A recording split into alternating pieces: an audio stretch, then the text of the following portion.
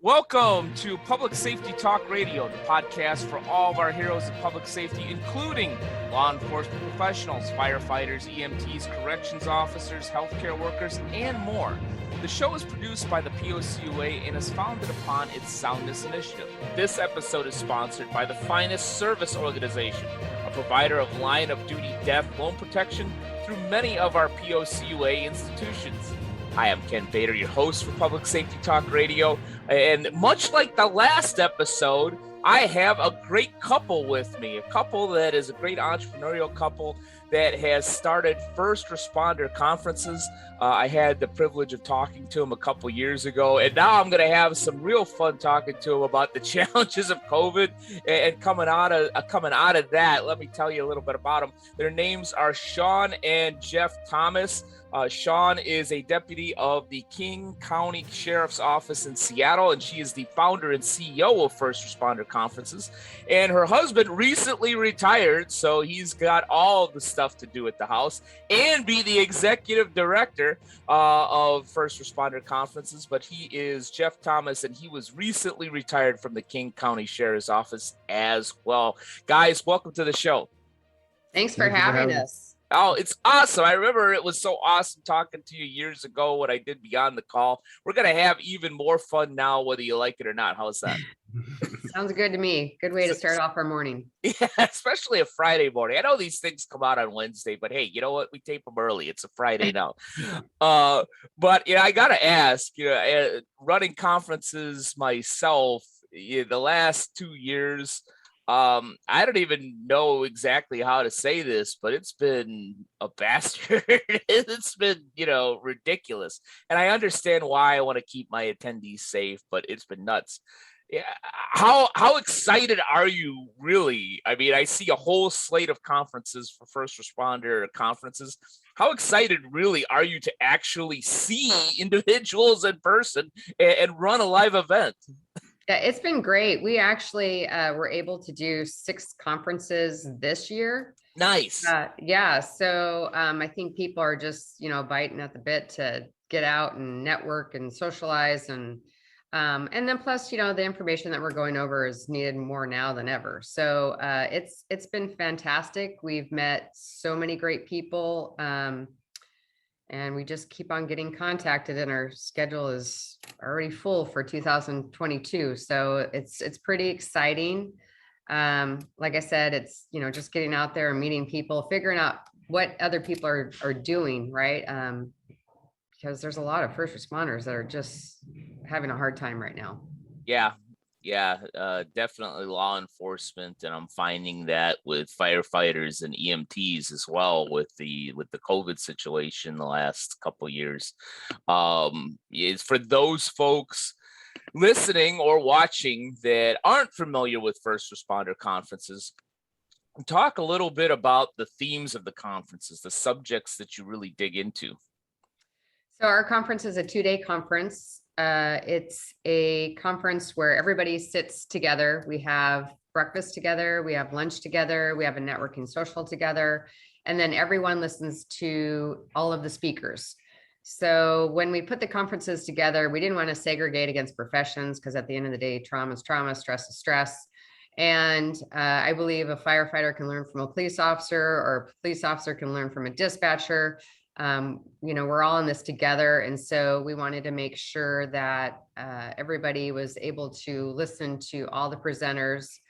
It's nice when you go to conferences when you have breakout sessions, but then I can never figure out which one I want to go to. So we try to make the conferences where we have a bunch of different topics. So we talk about post-traumatic stress injury. We talk about ways to combat that, finances. We talk about post-traumatic growth, tools such as breathing or yoga, physical fitness, metabolic syndrome, sleep, peer support, wellness programs. So we try to cover everything. It's hard to cover everything in the 2 days, but I think we do a pretty good job of, getting to the meat of the problem. Yeah, it sounds like it. Yeah, it's Do you find that people, to use an analogy from the first responder community, do you find that people are kind of drinking from a fire hose at these conferences, or are they taking like a 2 or 3 really, really important nuggets when they walk away? Well, that's a good question. We put out an evaluation, and so I would say that most of this stuff is not new to everyone. We usually get about half the people saying that, it's somewhat of it, some of it's new, but I think really people are, like you said, taking a little bit of everything away from what the speakers are presenting on. And again, there's a lot of agencies that don't have peer support or a mental wellness unit. So I think a lot of people are trying to figure out, it's time to do that. How do we do that? How do we get a peer support team on board? How do we try to figure out, what a wellness unit looks like, what our department needs? It's not a one size fits all. I mean, my department's really big, so trying to figure out what everyone needs is difficult. But with the smaller agencies, and like I said, a lot of the agencies don't even have peer support. Yeah. So trying to get little tidbits on how do we get programs started, and what is it that our people need and want, and how do we ask that of them? Is what are people asking for from first responder conferences? Is it a specific wellness subject, or is it how do we create this peer support in our department, in our region, or something else? Yeah, I don't really think that we're getting asked for anything. I just think that people are enjoying getting out and networking and socializing with other first responders, and then just trying to figure out what other people are doing. I mean, that's the nice thing about our conferences is they're not huge. I would say anywhere from 150 to 250 people, but people are able to network with each other. And we bring in a lot of resource partners / sponsors that have mental health and wellness tools or a resource for first responders. So I think that's really helpful too, finding out what other organizations are doing out there to help their agency or organization. Right. So I'll ask this, and Jeff, please stop dominating the conversation. Okay. You got to articulate, so why get in her way, Getting into something more comedic and tongue in cheek. Looking back at 2021, congratulations, you were able to do a few in-person conferences, which has still been a little difficult. What was the biggest challenge or biggest problem? Did a venue shut down on you like it did on me, or did a whole wall fall down because the place was old, or did you have all of a sudden 30 cancellations 4 hours before the conference? What was the biggest challenge? Tell me the funniest story that you were able to overcome. Well, I mean, I think the biggest challenge was just venues, allowing us to either be there or not be there. And then masks, right? Depending on what state we went to, we were asked to wear masks, and can't really you can try to control that, but there really weren't mask police. So, but yeah, other than just having the venue allow us to be able to have a conference, and then capping that conference at a certain amount, because it takes a lot of money to put on a conference. And so I'm aware. If we don't have the attendees, then the biggest struggle is, are we able to actually have this conference and afford to do it? And then registrations really have been coming in slow. And so it's, your stomach's all nervous until right at the end. And then everybody registers, and then you got to figure out, okay, well, how much food and do we stop putting or letting people register? And so, as you know, as an organizer, it's stressful. And then I guess that, bleeds in over into our life, and trying to balance out, okay, well, Sean's stressed about this conference and are we going to be able to afford to put it on?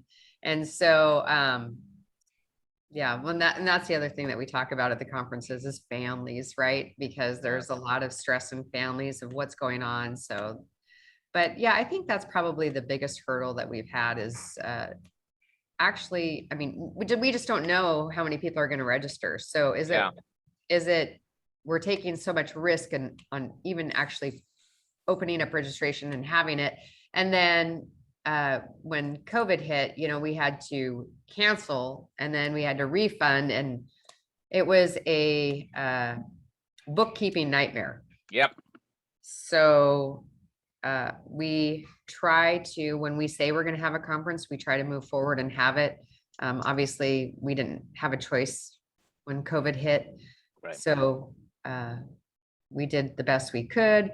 But now when we say we're going to have a conference, we have it, and we move forward and pray to God that it all works out. Yeah. Yeah, I hear you on all that, especially the prayer. It doesn't hurt, might help. Yeah, unfortunately, we had to, because of COVID and some cancellations and also the COVID numbers going up in Georgia, where we were supposed to have our conference in October. We had to move it to March of 2022, and that's never fun because for some folks they're happy because they didn't really want to go at that time because of some of the issues, but then you're also disappointing folks that were staunchly ready to go, and that's a tough conversation. Have you had to have any of those? One of the challenges I think with COVID, like you're saying, is that as far as place to place, it's so different as far as like Sean was saying, mask wearing, and you kind of got to feel it out and try to do the right thing. I mean, we're from the Northwest and everybody's pretty into masks, and then you go someplace else and nobody's got a mask on, and it's kind of an uneasy feeling, I think. And so that there were some challenges in that way. And like you were saying, some people didn't want to be involved with it because of fear. And, we could go on and on and on and about my personal views on the media and whatnot, and how that some of this is nonsense and some of it's not, of course, but it's challenging, no doubt about it. Coming this March 27th through the 29th, 2022 in Savannah, Georgia, is the first Public Safety Business Summit, a program specifically created for organizations that serve first responders. What you will experience is a high level of networking and collaboration among like-minded leaders who are in the business of serving first responders. What you won't get are a series of boring lectures with no interactivity, ridiculous golf outings that are only appealing to a few attendees, or a couple of retreaded subjects that you can hear at any credit union league event that are just thrown into the curriculum. We offer an engaging agenda where attendees even help to determine the content during the actual conference based on their unique needs. If you run a business, a credit union, or a nonprofit that specifically serves first responders, then the Public Safety Business Summit is for you. For more information, go to www.policecreditunions.com or call 331-300-9889. We hope to see you in Savannah on March 27th, 28th, and 29th of 2022. So Jeff, what's more stressful to Sean, her job in law enforcement or putting on these conferences? And what do you do about it? Well, I think she handles both of them fairly well. Good answer. Yeah, thank you. Thank you. I'm gonna run for office here pretty quick. Yeah. On the professional side, we are going through some changes in the sheriff's office, and I always say we, even though I don't work there anymore. But we just changed from an elected sheriff to an appointed sheriff, and there's all kinds of political ramifications coming down the road here soon. After January 1st, nobody really knows what's going on, so the communication's kind of lacking, and people are feeling kind of uneasy. And of course, then you have the whole mandated vaccine thing that lots of officers we're involved with that.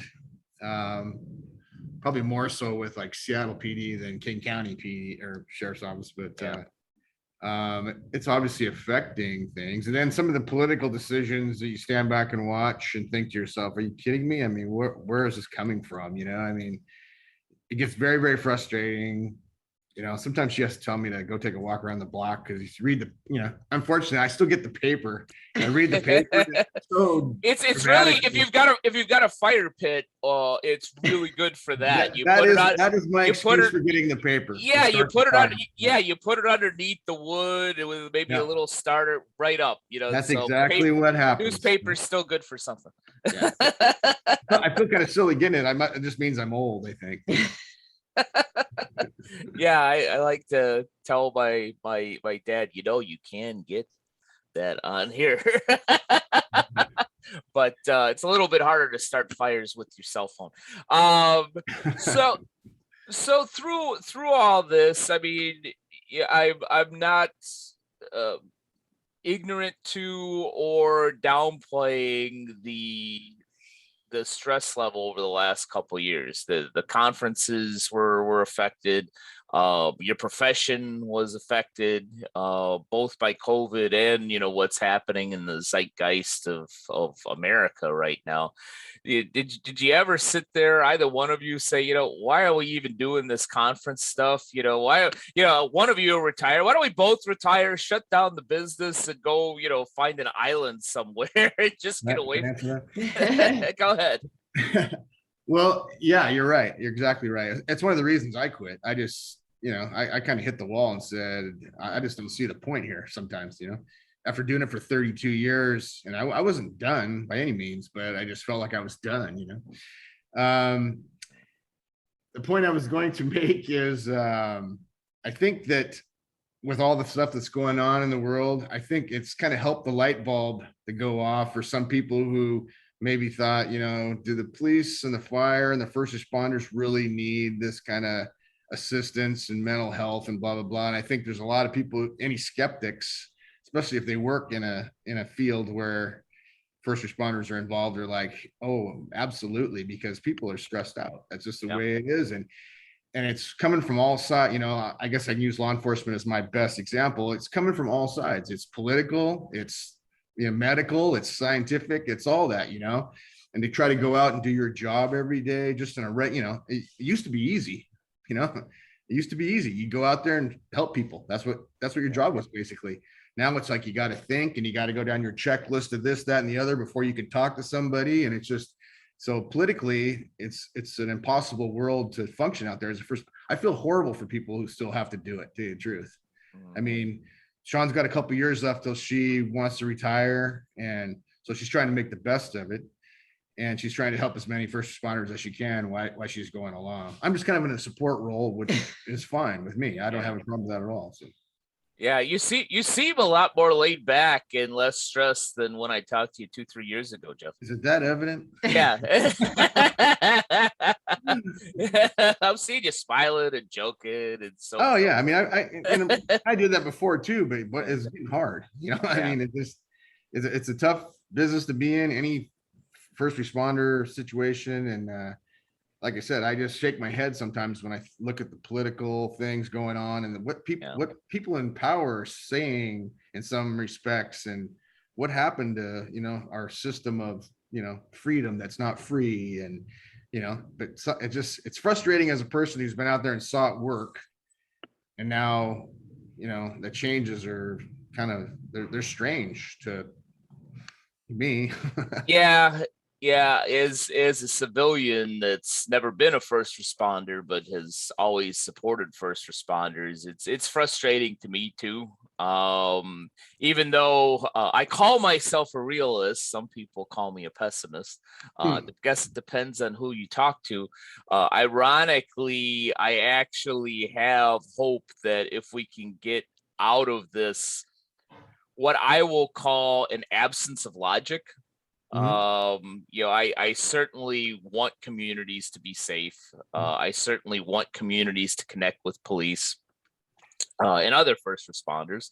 And I have certainly, as a civilian that supports law enforcement, I am in support of any change that allows more law enforcement professionals to come home to their families safely at the end of their shift. So my hope is, maybe it's naive, that if we can get through this, what I will call an absence of logic in a lot of areas. And I will say too, getting back to the theme of conferences, I am thankfully, thank the Lord, starting to see less of an absence of logic. And I'll mention this, and then I want to get back to the conferences. I recently was at the Public Safety Foundation Network conference in Las Vegas, and they had a panel where they had a couple of African American law enforcement professionals.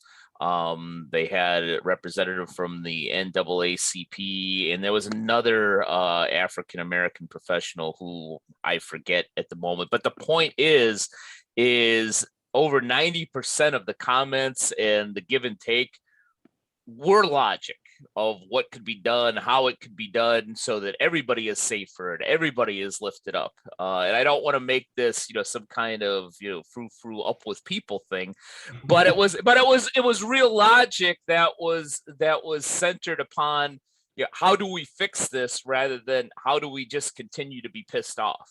Sure. So that is, in my realist, pessimist, however you want to look at it, gave me some hope. And I think if we can get through this absence of logic, and I think conferences and podcasts like this are things that can help do that, is change is okay, but let's work together for the change so it's better for everybody rather than creating more chaos. Does Sure. that make sense, or am I completely off the rails? And I just watched The Wizard of Oz, and I'm it's some kind of reason proof behind first responder conferences is knowing that there's these things going on out there, and we're trying to, like you said, use some logic and get some people through it. If we can do anything, if you can get one person through this without having any casualty involved, Yeah. it's worth it all. So that's sort of the basis, I think. And you're right. I mean, things work cyclically, and who knows? I mean, 10 years from now, who knows the future is going to be like. So, but you're right. Logic and reason have a lot to do. I mean, sometimes I sit and ponder and think to myself, oh my God, I can't believe where's this coming from? When you disagree with something. So, but yeah, you're right. Conference wise, we're doing this to try to assist first responders if they have issues. Let them know they're not alone. They have a place to go. Try to, like I said, I think this is really helping the stigma. I mean, people are like, oh, geez, yeah, these guys are going through a lot of stuff, first responders, period. And so as far as that goes, I mean, the support's there for having any situation where we can help first responders. When COVID hit, we sat around and waited, and then I was like, we got to do something, because now we're going through so much more. And so then we started doing webinars every week, and I'm glad. I just couldn't sit around and not do anything. And for a while I was like, is this worth my time? Because, as podcasts, webinars, whatever you're doing, it's a lot of behind the scene work, right? So no, this is easy. Yeah, I just roll this out, But it was I have been thanked over and over again. Hey, thanks for doing those. This is how I found out about first responder conferences. I learned a lot. I appreciate you taking the time to do that. So it's proven that it helped some, right?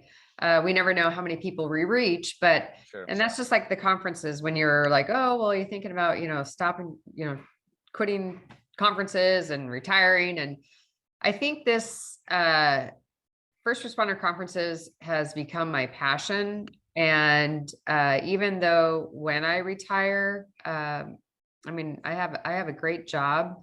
So I'm not, biting at the bit to get out, but when I want to enjoy our life together. And I think that I still plan on doing the conferences because I can tell you at the last conference that we had, I had a couple people reach out for help, and I know it's saving lives. And so if we can just help one person, that's all that matters. And yeah, sure, it's a lot of work. We do a lot of behind the scenes stuff to make these events happen, but I think, people are appreciative of it, and someone's got to do it, right? And so the nice thing about our conferences is, I mean, there are other conferences out there. I just got back from the COPS conference, and it was good. It was wellness and law enforcement, wellness and trauma related, but we include all first responders, which is dispatchers and corrections and fire and EMS and military and veterans and clinicians. And I mean, we have all nurses, we have all different type of people that are coming, but the nice thing is we go to them. Yeah. So it cuts down on cost for departments and agencies. And I think that's one of the reasons why our schedule for 2022 is full. I mean, we just keep on getting requests like, hey, it cost us less if you come here and we can send 20 people than if we have to send 20 people somewhere. So it's kind of cool how we're able to do that. I don't know how we ever made things happen, but we did. And, I have a great volunteer team all over the place that help make that happen. And so I'm but we all have a story, right? We all have a background because why we got involved in this and keep on doing it. But when you attend a conference and it all comes together and you see the lives that you affected in a positive manner, it just gives me the goosebumps. If you've got one or two people that are coming to you either in person at the conference or after the fact and saying how much you affected their life, and it might have just been one thing that set them on a different and better path, you could pretty damn well be sure that there are dozens more that haven't communicated that are having that same experience. So kudos to you. Do you notice in these times, because I agree with you 100%, I live it vicariously because I'm not a first responder, but I see it, that everybody in public safety has been affected by a ridiculous amount of stress for one reason or another in the last couple of years, period. Maybe different reasons, maybe a different source of stress, but stress nonetheless. Do you find as you facilitate these conferences, the issues that people are dealing with are different based upon profession, meaning that a nurse might have a different set of issues in general than, say, a firefighter or EMT, or a police officer has a different issue than a corrections officer? Or are you seeing more commonalities that, we're all dealing with the same thing? What are you seeing out there? One of the things that I see throughout all the professions is people are just burned out, right? My gosh, if you could see my work email today about how much overtime is out there and how many, mandatory overtime and the dispatchers, oh my gosh, they are just, and we can't hire people fast enough. And so, but we have to fill those holes, right? So at the end of the day, well, for people that really like to work overtime, good for them. But, I'm not in that situation anymore. I don't want to be mandated, and it really, truly affects the family. Yeah. So, we already work long shifts, and, we talk about lack of sleep, and, if you're up for 24 hours, you're legally drunk, right? Or equates to being legally drunk. So, I feel like, again, at the end of the day, stress is stress, trauma is trauma, but I feel like, and, I can't really say for the other professions, but nobody's really sticking out saying, oh, well, we're having this different problem. I think it's pretty much across the board. Yeah. looking at it from the outside, if there was a number one, yeah, I would say people are spent. They're just spent. And you're helping people with these conferences and events.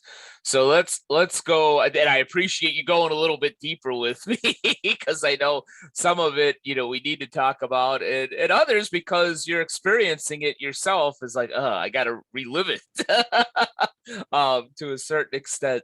Tell us about, your slate for 2022. What can our first responders listening or watching Public Safety Talk Radio look forward to next year? Well, I have my little handy dandy list here because All right, go for it. So in January 13th and 14th, we'll be in Jacksonville, Florida. February 24th and 25th will be in Spokane, Washington. March 17th and 18th, San Luis Obispo, California. We have another conference that's still tentative because of COVID and restrictions. So we don't know if anything's going to happen in April yet, but May 5th and 6th, Twin Falls, Idaho. September 8th and 9th, Boston, Massachusetts. November 3rd and 4th, we're trying to work or somewhere around there with Cobb County, Georgia. And in December 2022, Phoenix, Arizona.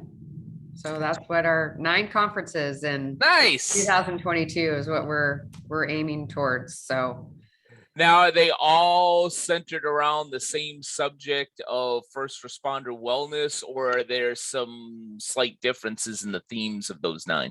nope, they're all based on first responder mental health and wellness and resources and tools. And so we have different speakers at different conferences. So they're a little bit different depending on, who's speaking.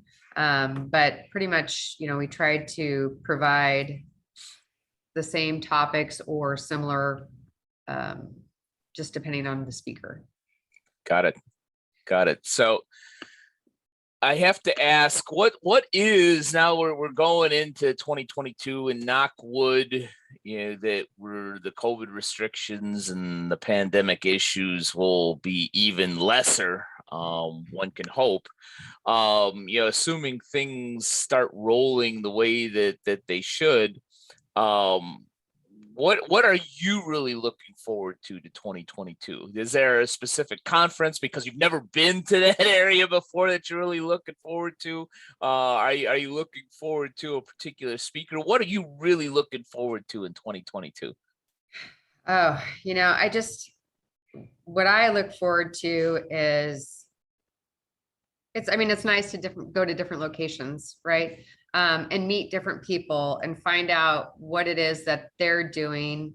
Some of it's selfish because I like to take it back to my own department. Yeah. But I really want to see what people are doing. It's nice to see that we're moving in the right direction. But it's each conference is a little bit different, with the different people in the different areas and to see what everybody else is doing. But there's nothing that really sticks out. Although I forgot to mention that we're in October looking at going to Anchorage, Alaska. So that's pretty exciting. But cold, but exciting. Yeah, I know. In October, really. In October, yeah, not too bad. But it's just, like I said, meeting the different people, learning what different people or agencies or organizations are doing, collecting those resources. So we have a list of resources to help when people reach out. Got it. Yeah, that's good. What are you looking forward to, Jeff?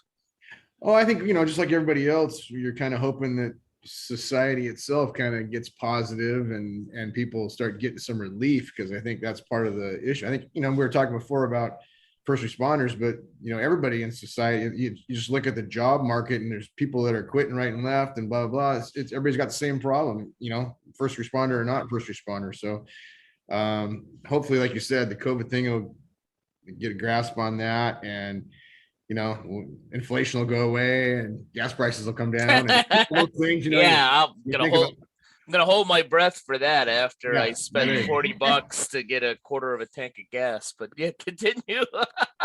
Well, I just like I said, we're we're kind of hoping, that things get positive, and I think overall, if things do get positive, it's certainly going to help the first responder community. So we don't have to work so hard, I guess. You'll probably have to work even harder because more people want to go to your conferences because they're feeling good and they want to continue to feel good.